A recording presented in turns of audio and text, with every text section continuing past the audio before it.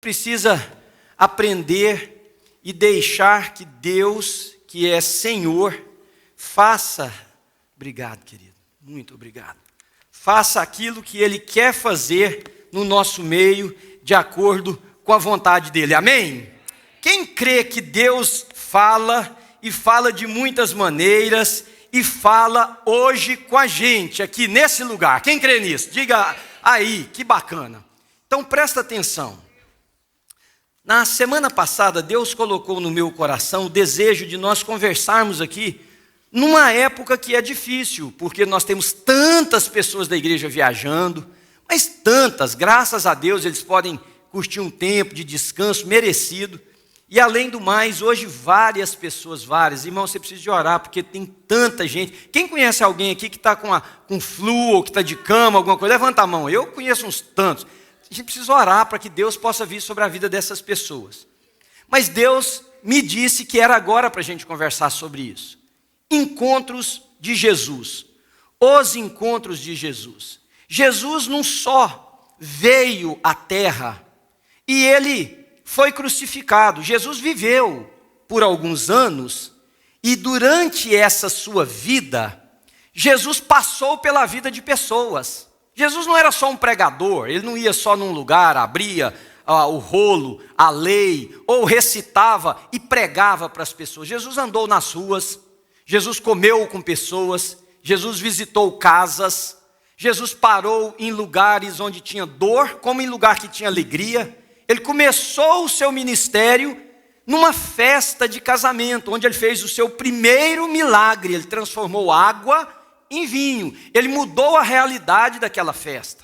Mas parece que a gente continua se relacionando com Jesus como Jesus fosse apenas um ícone, fosse uma figura, fosse um papel apenas da história. Apesar de nós dizermos que Ele é Senhor, apesar de declararmos que Ele é o dono de tudo, parece que na relação diária é como se Jesus fosse distante, como se Ele não estivesse entre nós. Uma das mais profundas verdades da teologia é que Deus é transcendente, ou seja, Deus não depende da sua criação, Ele está para além da sua criação, Ele é maior do que a sua criação, Ele não precisa de nada, Ele é autossuficiente, Ele é todo perfeito, Ele é todo maravilhoso. Aliás, não há palavras no vocabulário para eu descrever aqui para vocês o que Deus é.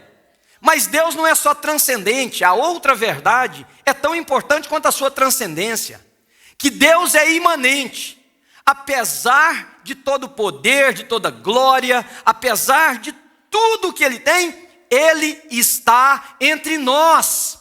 Então a presença de Deus não é para ser tratada como apenas uma ideologia. A presença de Deus é para ser tratada de forma relacional.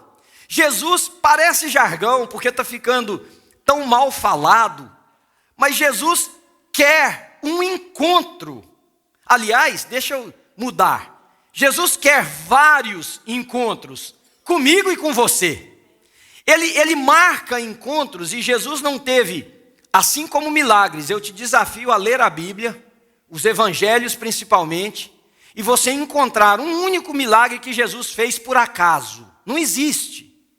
Talvez você vai descobrir um que eu não tenha descoberto, e eu vou aprender com você. Não existe. Todos os milagres de Jesus tinham uma razão, todos os milagres de Jesus tinham um motivo, todos os milagres de Jesus tinham desdobramentos.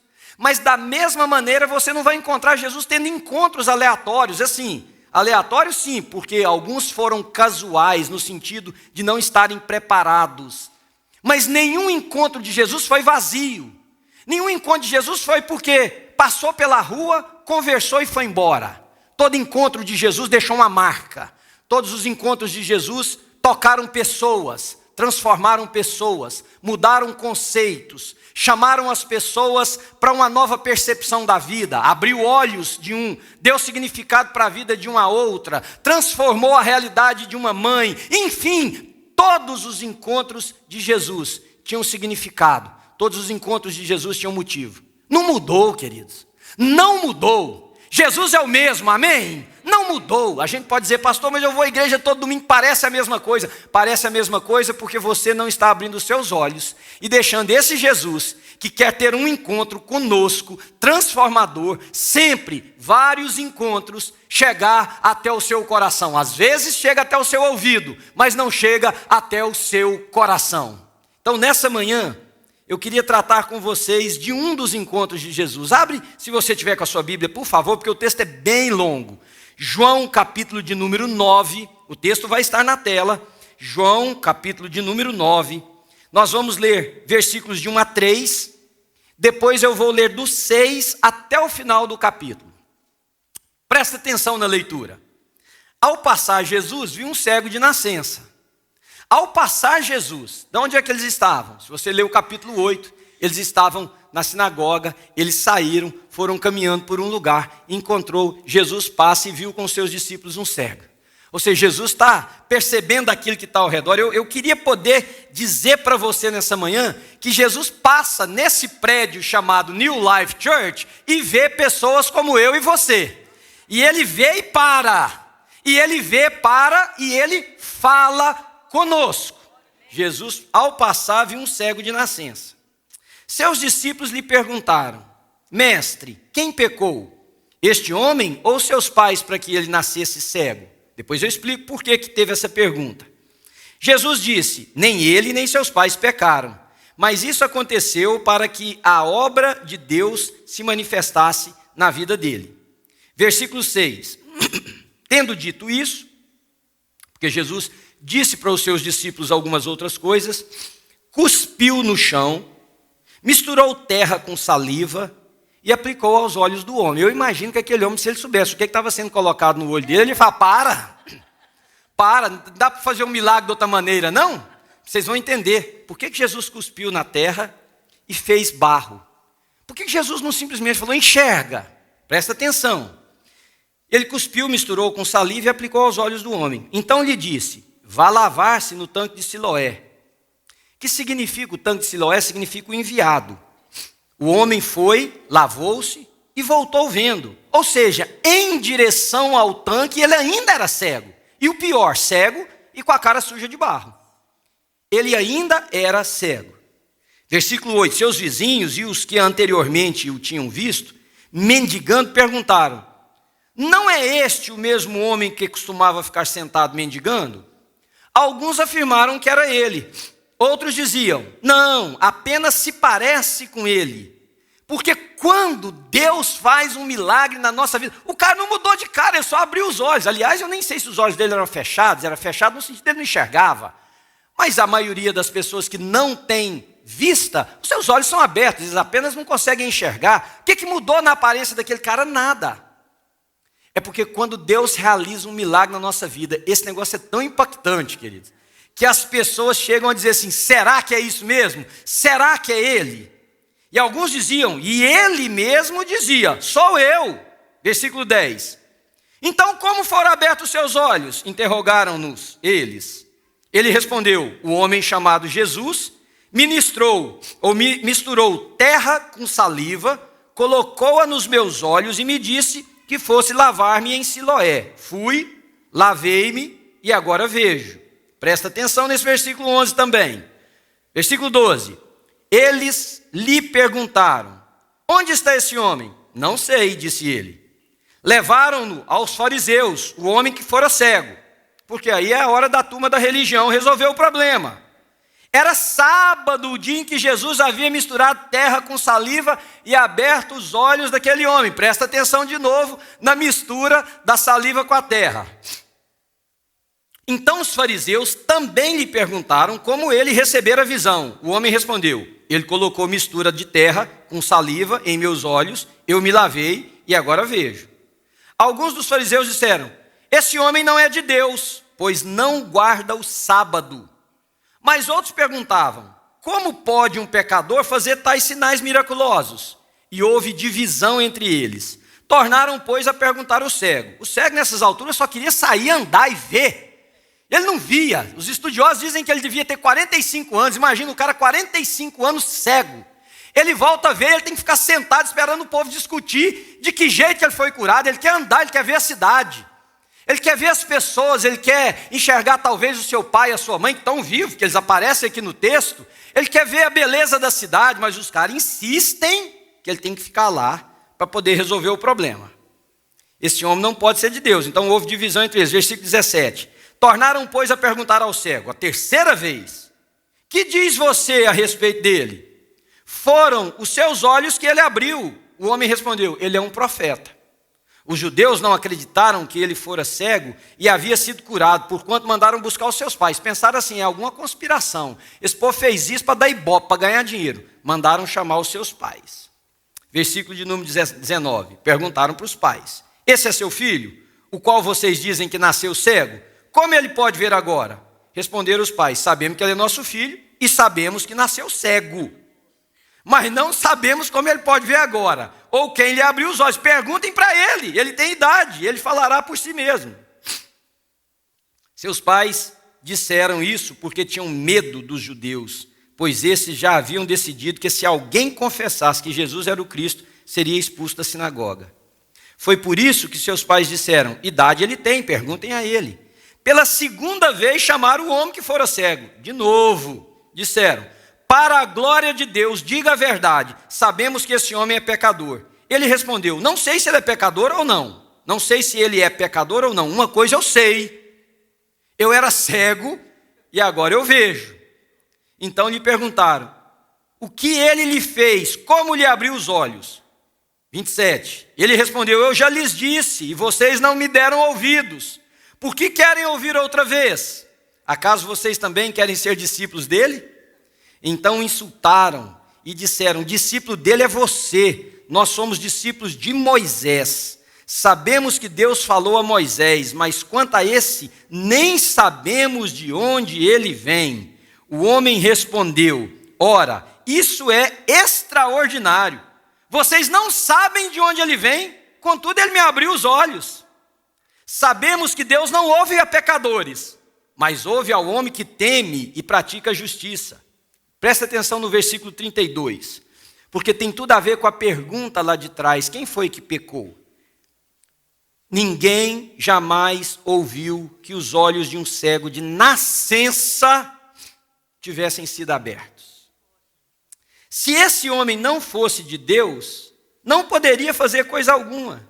Diante disso, eles responderam: você nasceu cheio de pecado, como tem a ousadia de nos ensinar? E o expulsaram.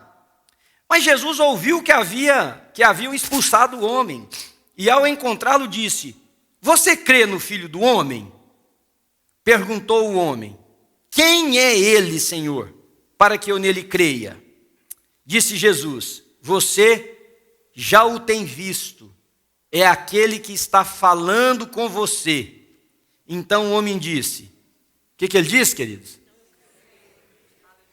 Fala mais alto: Senhor. E logo depois o adorou. Irmãos, eu podia esquecer tudo que eu escrevi aqui e refletir com vocês só no que nós acabamos de ler. Mas eu queria que você pensasse uma coisa: por que é que Jesus passou e teve um encontro com você? Você pode dizer: pastor, não sei se Jesus teve um encontro comigo. Eu vou te explicar. Nós somos muito cabeça dura. Vira para a pessoa que está do seu lado e diz assim: seu cabeção, a cabeça é dura. É dura. É dura a cabeça. Pode dizer, você não diz para ela, né? Cabeça dura. Você está achando que você veio aqui nessa igreja por acaso? E o pior é que a gente acredita nisso. Nós damos à vida uma trivialidade que só nós somos capazes de atribuir a ela, mais ninguém. Você acha que você acordou mais cedo hoje, você deixou coisas que você poderia fazer para vir nesse lugar por acaso? Lá no livro de Jó tem um versículo que diz assim: Deus fala de várias maneiras, nós é que não prestamos atenção.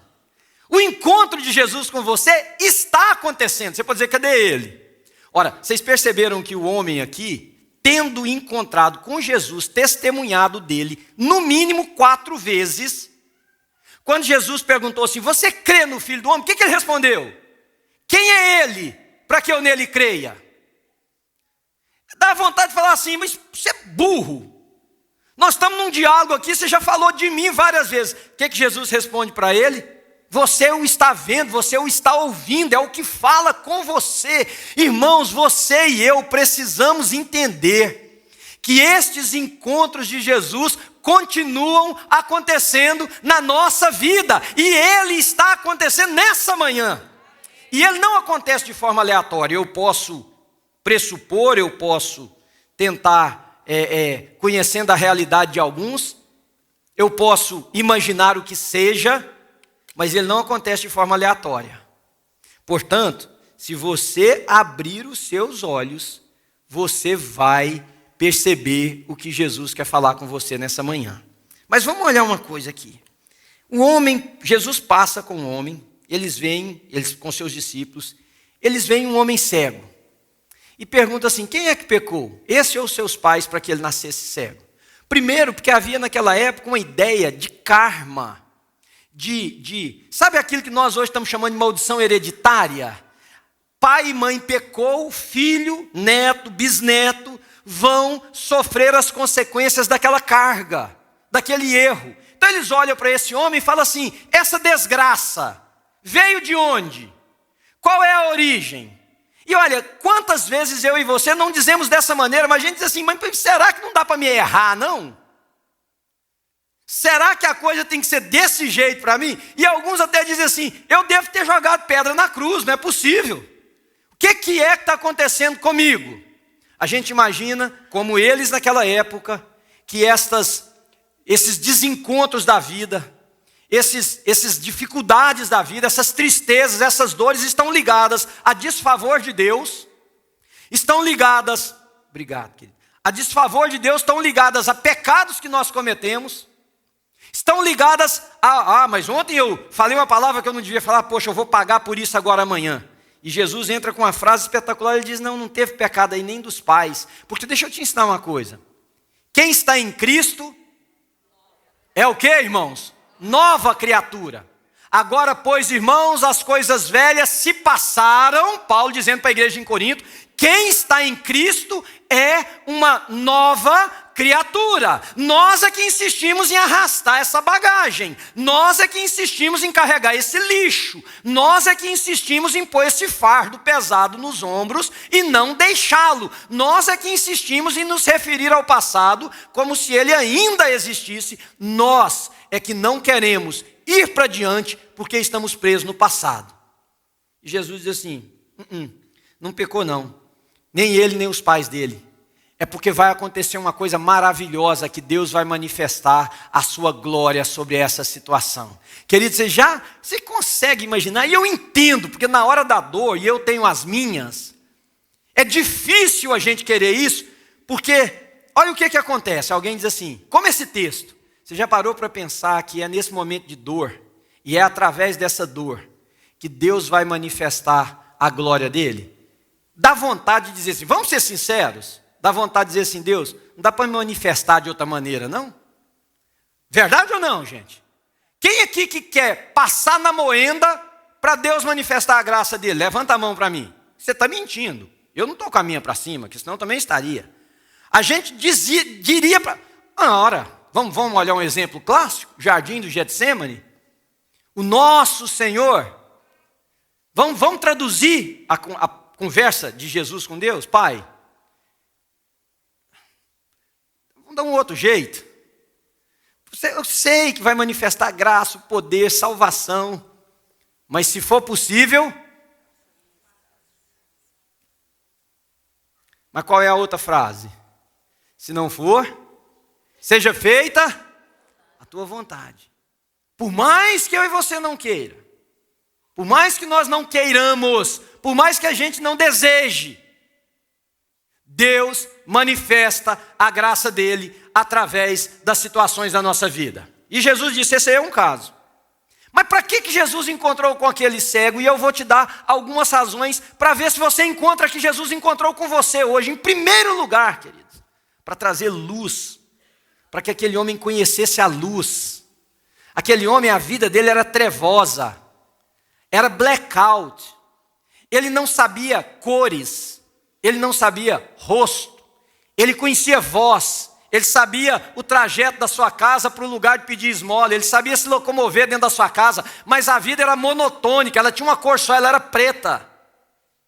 Não tinha as cores das flores, das roupas, ele não tinha a beleza e a diferença das pessoas. Mas nós não estamos falando de um cara que era só cego nos olhos, porque o próprio texto mostra que Jesus, além de abrir os olhos, esse aqui, Jesus abriu um outro olho para que ele o enxergasse como filho de Deus e se rendesse a ele e o adorasse. Talvez Jesus está passando nessa manhã para trazer luz na vida de gente que vive nas trevas.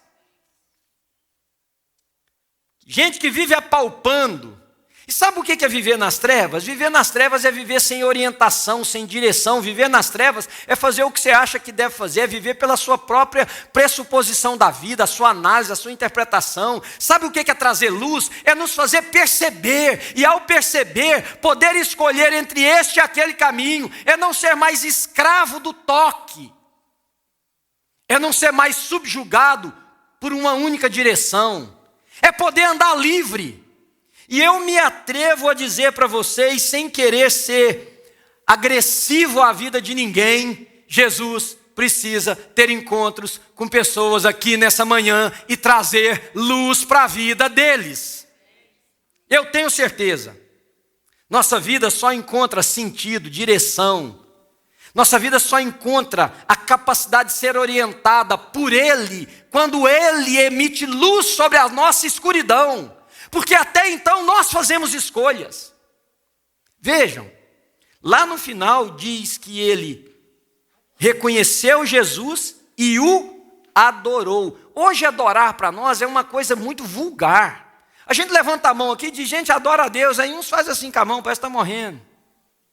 Outros levantam muito alto. Uns dizem glória a Deus, aleluia, e outros ficam calados. Irmãos, neste contexto, adorar era aquilo que acontecia. Quem assiste filme aqui ainda, que tem monarquia, que vem um rei ou vem uma rainha, ou um imperador, que as pessoas estão lá, quando ele vem, no mínimo o que eles fazem é um ato de se dobrar assim. Isso é adorar, é dobrar-se, é reconhecer, é prostrar, é se fragilizar diante daquele que tem mais poder, mais autoridade. Sabe o que é adorar? É render-se completamente. Ele não só reconheceu Jesus, mas ele adorou Jesus. E ele só conseguiu adorar depois que bateu essa luz no seu entendimento. Jesus está passando e tendo encontros diários comigo e com você. Mas veja que no meio desse encontro tem mais uma outra coisa que Jesus queria mostrar. Ele queria libertar as pessoas de uma cadeia que os prendia. Que cadeia? Nesse caso aqui, a da própria religião.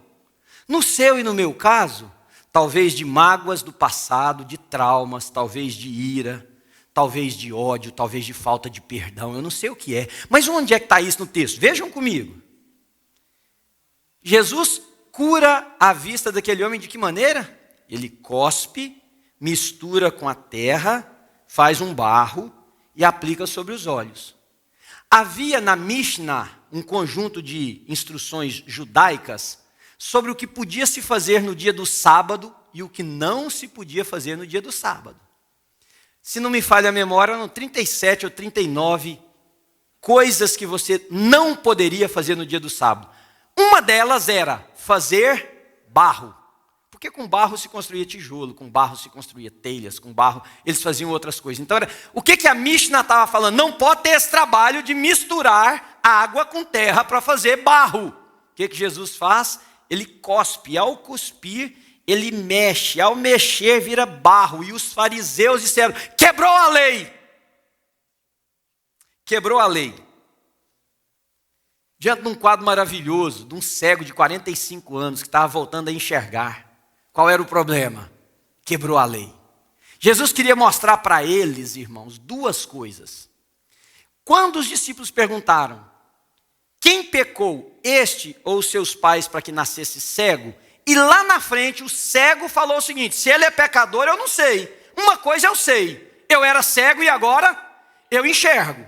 E outra coisa, nunca um cego de nascença, lembram do versículo? nunca um cego de nascença foi curado. Por que ele falou aquilo?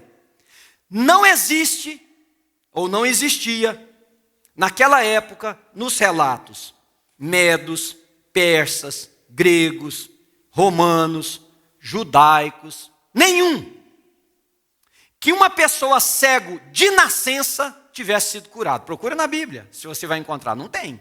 Não tem no Velho Testamento. Por quê? Porque havia uma crença no meio dos judeus que tinha 3 coisas que só o Messias podia fazer. Uma delas, curar um leproso. Não existe cura de leproso no Velho Testamento. Existe de Naamã. Naamã não era judeu. Ele era assírio. Não havia. Quem pode curar lepra? Só o Messias. O dia que um leproso for curado, o Messias chegou. Eles diziam. Segunda coisa. Ninguém pode expulsar um demônio mudo, a não ser o Messias. Por quê? Porque naquela época o exorcismo era praticado assim. Havia um diálogo entre a pessoa que estava expulsando o demônio e o endemoniado. Porque tinha que saber o nome do demônio para mandar o demônio sair. Como é que é o seu nome? Tal. Então agora sai. Não tinha jeito de expulsar um demônio que você não soubesse quem era. Estão me acompanhando? Então eles diziam, o dia que alguém for capaz de expulsar um demônio de uma pessoa muda, chegou o Messias. Bom, vocês sabem, Jesus curou o leproso e Jesus expulsou o demônio de uma pessoa muda. Mas havia uma terceira crença. O dia que alguém curar um cego de nascença, essa pessoa é o Messias. Só que ele chegou no dia do sábado, quer dizer, ele fez o que era para ser do Messias. Irmãos, presta atenção no texto, quantas vezes esse homem foi interrogado. Escuta, quem é que te curou? Eu já falei que foi ele.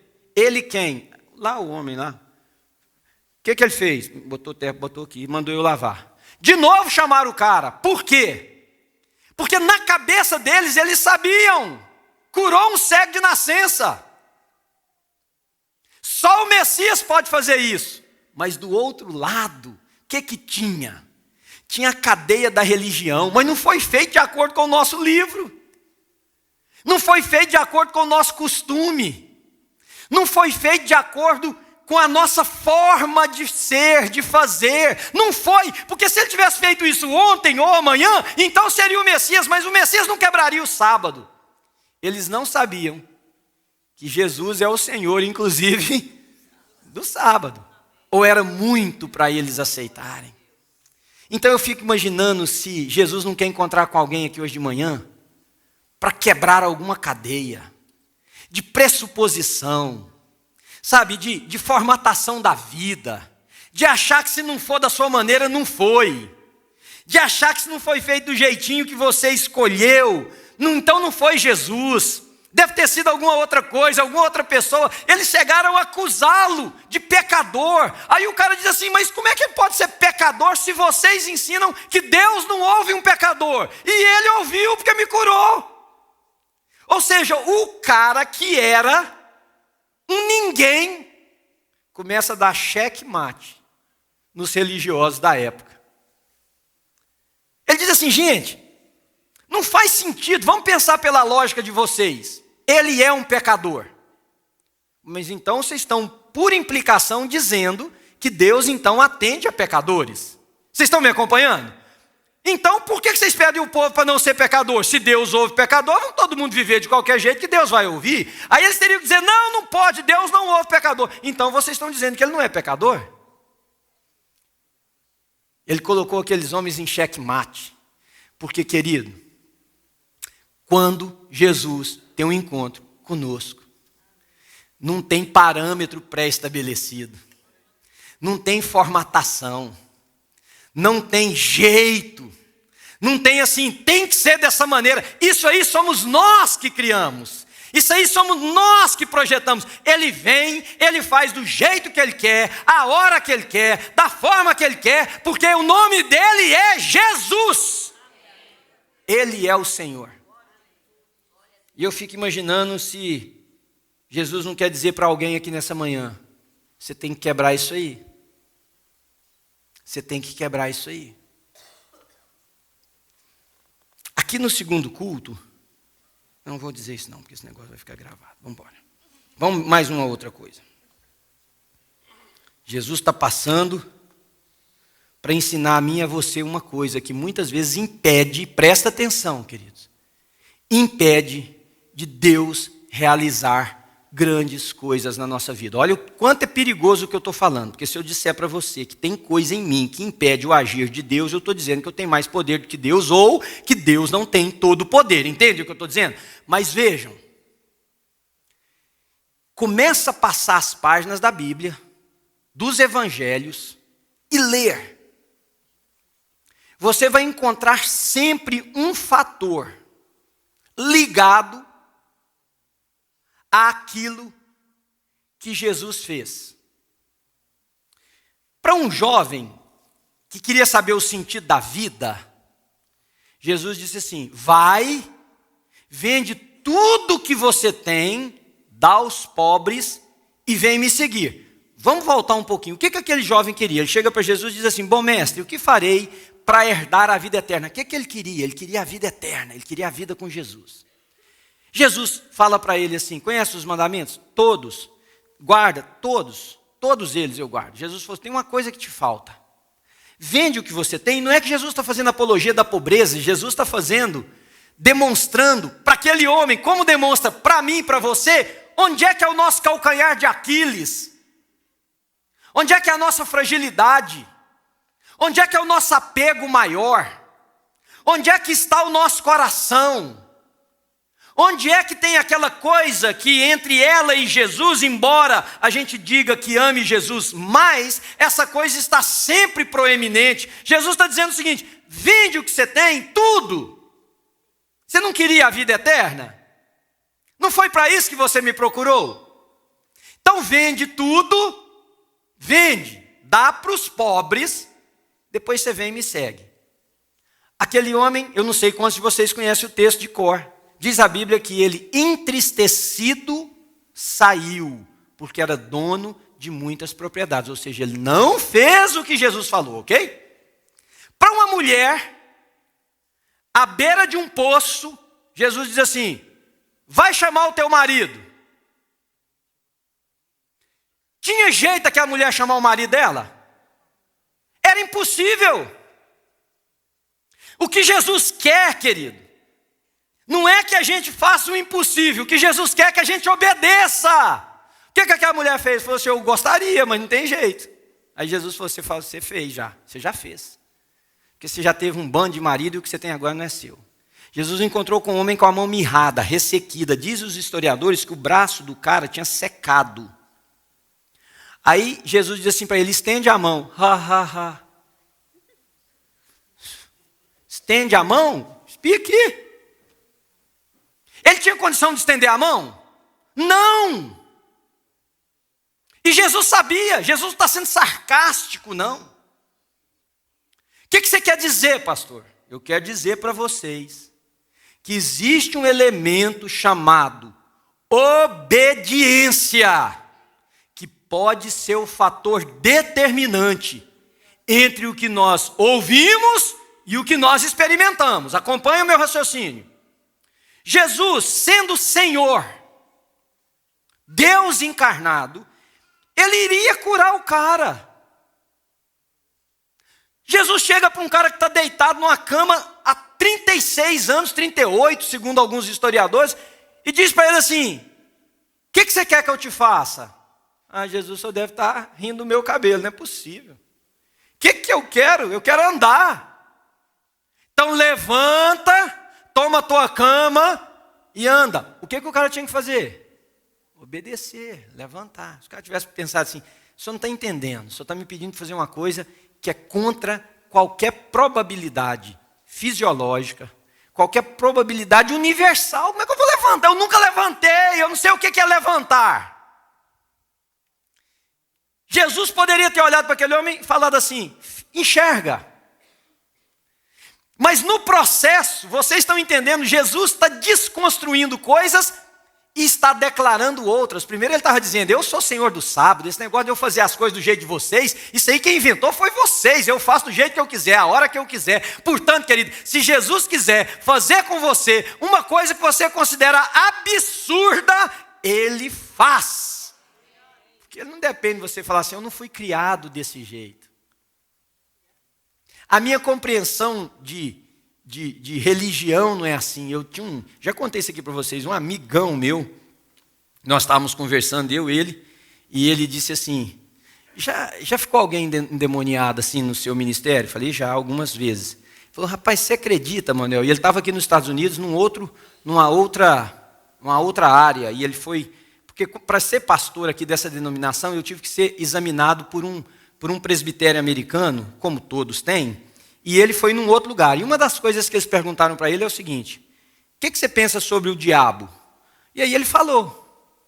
Aí o cara falou assim, mas você acredita que isso aí pode ser verdade? Porque o diabo está acorrentado. Ele falou assim para o pastor americano que estava entrevistando ele, falou, se está, a corrente é grande, porque ele apareceu no corpo de uma mulher lá na congregação que eu estava. Jesus está dizendo, não interessa. Não interessa se você foi criado batista, presbiteriano. Presbiteriano melhor um pouquinho, mas assembleiano, metodista. Igreja desceu o fogo do céu e queimou todo mundo. Não importa, querido, não importa. Parei meu carro esses dias, eu nem vou conseguir me lembrar do nome. Estava escrito assim, True Faith Apostolic Church of the True Disciples of Christ, em Boston. Falei, this is a church. Igreja verdadeira dos discípulos verdadeiros de Jesus. Não importa se Jesus quiser balançar essa árvore aí da sua compreensão, que ele vai fazer. E eu já disse para Deus, Senhor, pode fazer o que quiser na minha vida do jeito que o Senhor quiser. Mas o que eu quero ensinar para vocês é isso aqui. Se Jesus não podia, Jesus só não podia simplesmente ter dito para o cara, abre os olhos e enxerga. Podia. Mas com aquilo ele estava provando para os fariseus que ele era o Senhor. Ele estava dizendo, o Messias chegou, ouçam. Mas ele estava dizendo mais uma coisa. Passou barro e disse para o cara assim, vai lavar. O cara ainda era cego, gente, quando o barro estava nos olhos dele. Ele ainda era cego. Aquele cara podia ter dito, vou lavar coisa nenhuma, vou pagar mico aqui na frente dos outros. Vou lá, eu estou lá no tanque de Siloé lavando minha cara, passa uma mulher, que sempre passa alguém que pergunta as coisas indevidas. O que você está fazendo aí? Olhando para sua mãe aqui, ó, conversando, lavando meu rosto. Não, eu sei, isso eu estou vendo. Para que você está lavando seu rosto? Porque o cara disse que se eu lavasse eu ia enxergar. Esse cara passou tudo aquilo na cabeça dele. Sabe o que ele fez? Ele levantou e obedeceu. E foi lá lavar. Eu estava preparando essa mensagem para vocês e Deus trouxe uma impressão muito forte no meu coração e dificilmente eu falo isso aqui para vocês. Tem alguém aqui que precisa ouvir de Deus uma coisa. Não interessa o que você acha. Não interessa o que você pensa. Eu estou olhando assim porque eu não sei quem é, mas eu queria poder fazer contato no olhar de cada um de vocês. Não interessa o que você pensa, não interessa o que você acha. Não interessa se você acha que deve, que não deve. Não interessa se você acha que está certo ou que está errado. Se você quer essa coisa que você tanto deseja no seu coração, você precisa obedecer o que Deus te mandou fazer. E não me diga que você não sabe, porque você sabe. Você não quer aceitar, mas você sabe. Está dado o recado? Vai lavar. Irmãos, novamente, com temor diante de Deus, eu não estou dizendo para você que nossa mão pode impedir o agir de Deus, jamais. Mas se aquele cara não tivesse ido lavar, não é pecado a gente pensar a Bíblia, não é pecado. E se aquele cara tivesse dito assim, não vou lavar não, será que nós teríamos esse relato? Bom, agora eu vou andar num terreno minado e vou dizer para você, eu creio que não. Porque não é que Deus não possa fazer em Jesus Cristo qualquer coisa. Ele realiza infinitamente mais do que tudo que nós pedimos ou pensamos por causa do seu grande poder que se manifesta em nós. Mas quando Jesus falou, tira a pedra, ele disse para Lázaro, Lázaro, sai!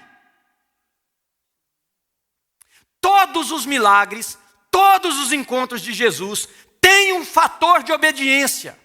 O que é mais fácil, dar vida para o morto ou fazer uma pedra rolar? Por que Jesus diz, retira a pedra? Ô Jesus, faz o espetáculo completo, manda essa pedra voar. Diz assim, pedra rola, e a pedra sai rolando assim, todo mundo acompanhando a pedra. Faz o espetáculo completo, Jesus. Por que ele diz para a mulher, vai chamar o teu marido? Resolve o problema com a mulher, só sabe que ela não tem marido, ela já passou na mão de não sei quantos homens. Porque se Deus resolver, sem a nossa obediência, me escuta, Ele está fazendo um mal para nós. Eu conversei uma vez com uma mulher, muitos anos atrás, que disse para mim que essa mulher morava com um homem que não era o marido dela. Ela não é daqui, o caso, pode ficar tranquila aí.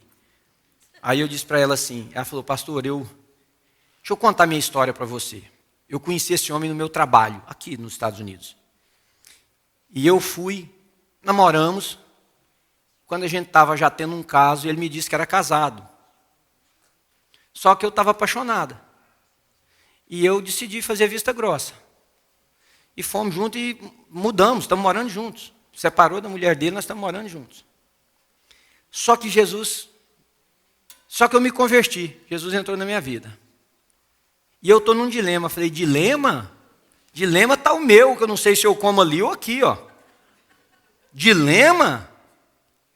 A senhora só não tem ideia de onde só está, dona. Ela falou, por quê? Eu falei, porque eu vou dizer para a senhora uma coisa. Ela falou assim, eu queria paz na minha vida. Eu falei, então eu vou dizer para a senhora, a paz significa, arruma sua mala, sai de casa. Ela falou, o quê? Se só não quiser arrumar da senhora, arruma dele. E diz, olha, até amanhã, ou até mais nunca. Como assim, pastor? Eu falei, me fala uma coisa, sinceramente, me olha aqui nos olhos, só nós dois aqui. Toda vez que a senhora pensa nisso, qual é o problema que está roubando a paz? Ela baixou os olhos. Falei, pronto, eu não preciso explicar para a senhora. Quando você fala para mim que você não sabe o que é, me perdoe ser chulo, balela. Você sabe. Você sabe. Você só não quer ceder. Você só não quer admitir. Sabe por que você não quer admitir? Porque se você admitir, você vai ter um outro problema. Você vai se ver em franca desobediência. Então, enquanto você mente para você mesmo, parece que você está no limbo. Estou em dúvida. Não, senhor. Parece que enquanto você mente para você mesmo, aquilo não te obriga a tomar a decisão ou dizer, não vou tomar essa decisão, vou ser rebelde. Portanto, querido, quem sabe Jesus está passando aqui nessa manhã e tendo um encontro com alguém que precisa de obedecer. E não importa se vai parecer absurdo, obedeça. Amém? Mais um. Jesus passa pela nossa vida e tem encontro conosco, porque o encontro de Jesus conosco serve de testemunho para o outro. Quem conhecia aquele cego? Bom, eu vou para Boston sempre, e quando eu saio na saída de Alston, Brighton, quem aqui sai naquela mesma saída e vai para o lado de Cambridge, sabe que de manhã, naquele estacionamento, tem um senhor que desde a época que eu estudava, ele fica ali, uma vez vendendo flor, quem sabe de quem que eu estou falando? Às vezes ele vende flor, às vezes ele está ali só pedindo uma esmola, uma ajuda, está lá não sei quantos anos, eu sei que ele está lá, agora eu sei quem que é aquele cara, eu sei o nome dele, eu sei qualquer coisa. Não, a feição dele passa por mim de forma rápida. Aquele cego era assim, todo mundo sabia, é o cara que pede dinheiro lá na porta do lugar tal. Mas vocês viram a proeminência que esse cara arrumou depois que Jesus curou ele? Ele virou the talk of the city, era a conversa da cidade, era o cara. Os vizinhos começaram a falar, será que é ele? Porque o cara não era notado pelos vizinhos.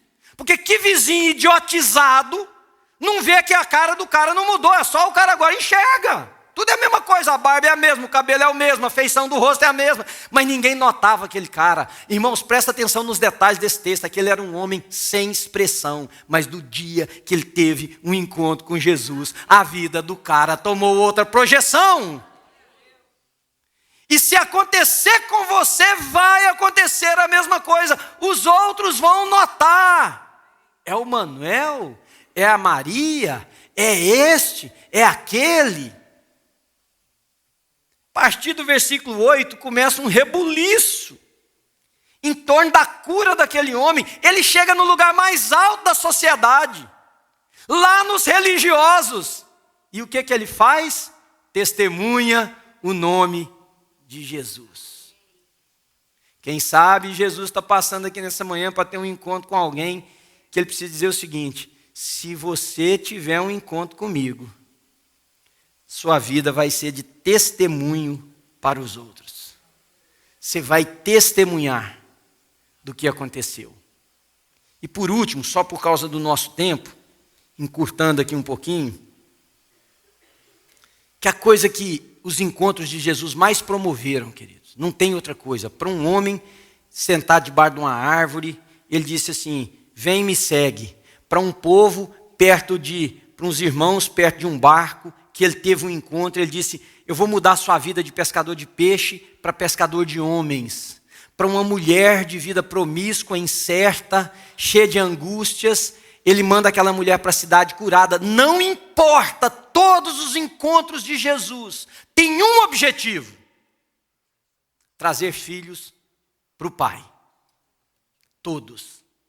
Trazer filhos para o Pai.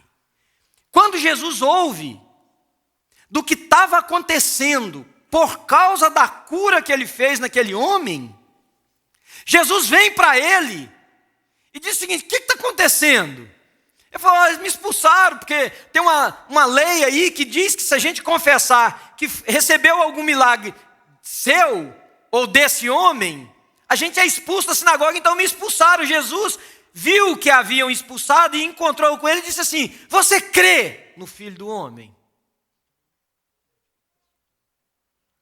Eu não sei se essa pergunta precisava ser repetida no ouvido de cada um de vocês que estão aqui nessa manhã. Você crê em Jesus? Você crê em Jesus? E o que eu acho mais interessante é a sinceridade desse homem de dizer: quem é ele para que eu nele creia? Quem sabe você precisava repetir o que esse homem disse. Porque pode parecer ridículo para você. Eu fui batizado, eu estou numa igreja, eu já fui de outra igreja, tem 20 anos que eu sou cristão, 30 anos que eu sou cristão, 15 anos que eu sou cristão. Como é que eu vou responder se eu creio em Jesus? Você precisa. Você precisa. Quem sabe? Porque eu não sei se... Bom, deixa eu mudar. Essa inspiração de Deus para eu falar isso com vocês nessa manhã, pode ser que tenha alguém aqui que precisa ter coragem de dizer: quem é Ele para eu crer nele? Agora, o que mais me intriga nessa parte do diálogo é que Jesus não disse assim: mas como que você tem coragem de perguntar uma coisa dessa? Eu botei os negócios nos seus olhos, eu conversei com você, não vou também ter relacionamento com você, não? Não. Jesus olha para aquele homem e diz assim: você já o tem visto. E eu vou repetir para você: você já o tem visto. Mas parece que tem uma névoa aí. Parece que tem um bloqueio. Porque Jesus diz assim: você já o tem visto.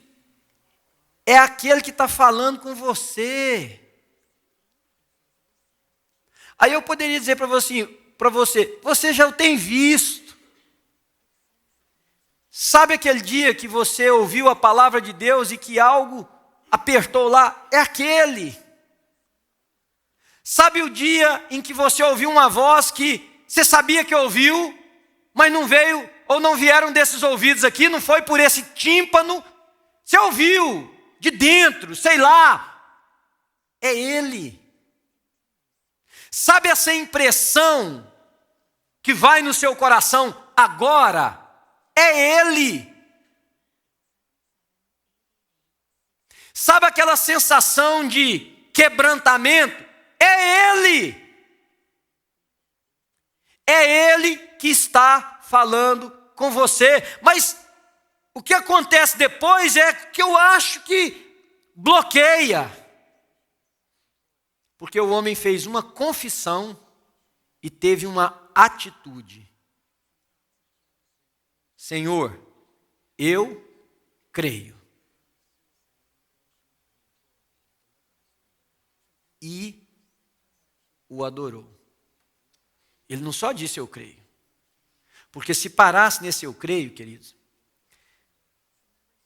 a Bíblia diz que até os demônios creem. Porque crer pode ser simplesmente entender que é real. Então eu não posso negar, eu creio que isso aqui está aqui, porque eu estou tocando. Seria uma imbecilidade minha negar a existência desse púlpito, negar o momento que nós estamos aqui no que diz respeito ao que é físico, o que é material. Seria uma imbecilidade minha.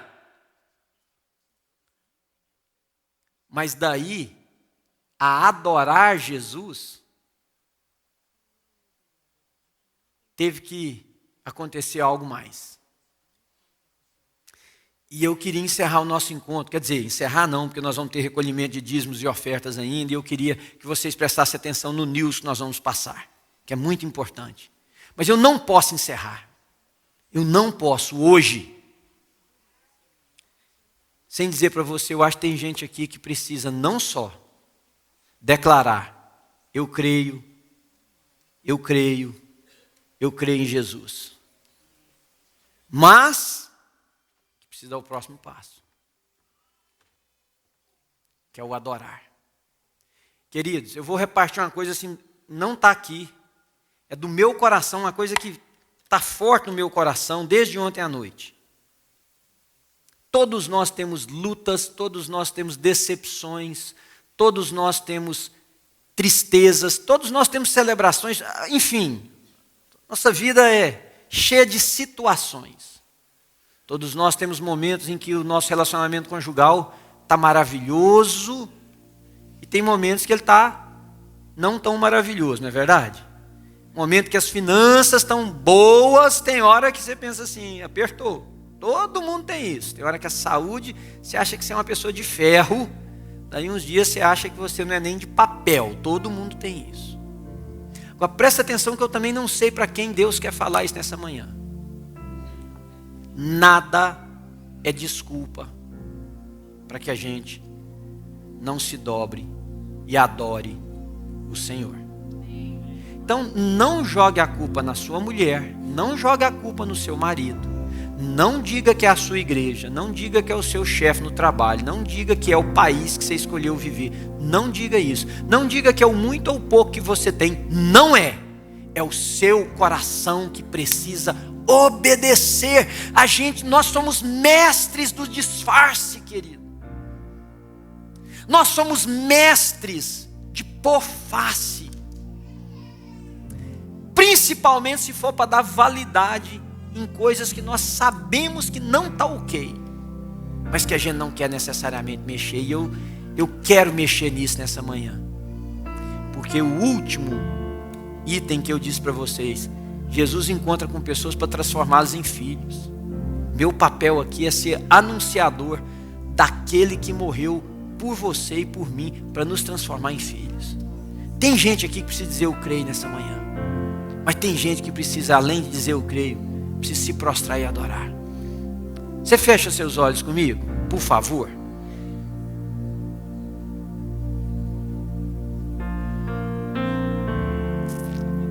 Eu queria te pedir, não foge não.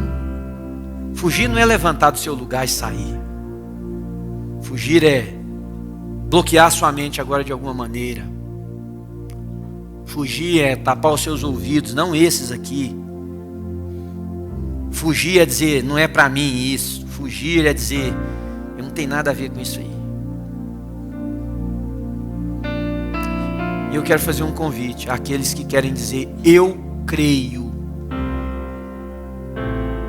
Se tem alguém aqui nessa manhã que precisa fazer essa declaração, eu creio em Jesus, mas que também precisa dizer, eu vou adorá-lo Você levanta a sua mão para mim, dá um sinal com a mão, fica de olhos fechados, levanta só a sua mão que eu quero ver para a gente orar. Louvado seja o Senhor Jesus. Levanta, pode ficar com a mão levantada. Louvado seja Deus. Louvado seja o Senhor por tantas mãos levantadas. Senhor Jesus,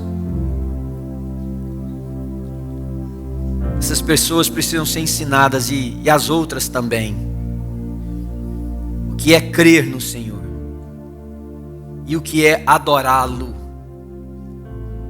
Vem com teu Espírito e agora, Deus, ajuda cada um que levantou a sua mão nesse processo de rendição, de quebrantamento.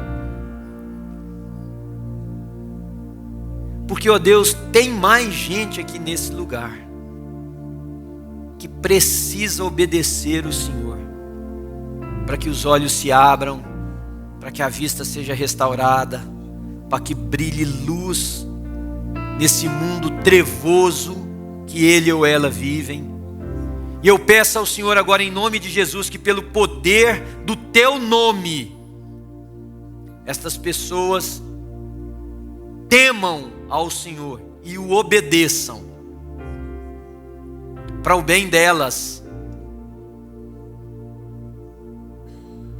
Obrigado, Senhor, pelo nosso tempo aqui juntos. Obrigado pela celebração da vida. Obrigado pela pregação da palavra. Obrigado pelo tempo de comunhão. Obrigado porque o teu Espírito nos conduz a encontros do Senhor conosco. E nenhum desses encontros acontece por acaso, desprovido de sentido.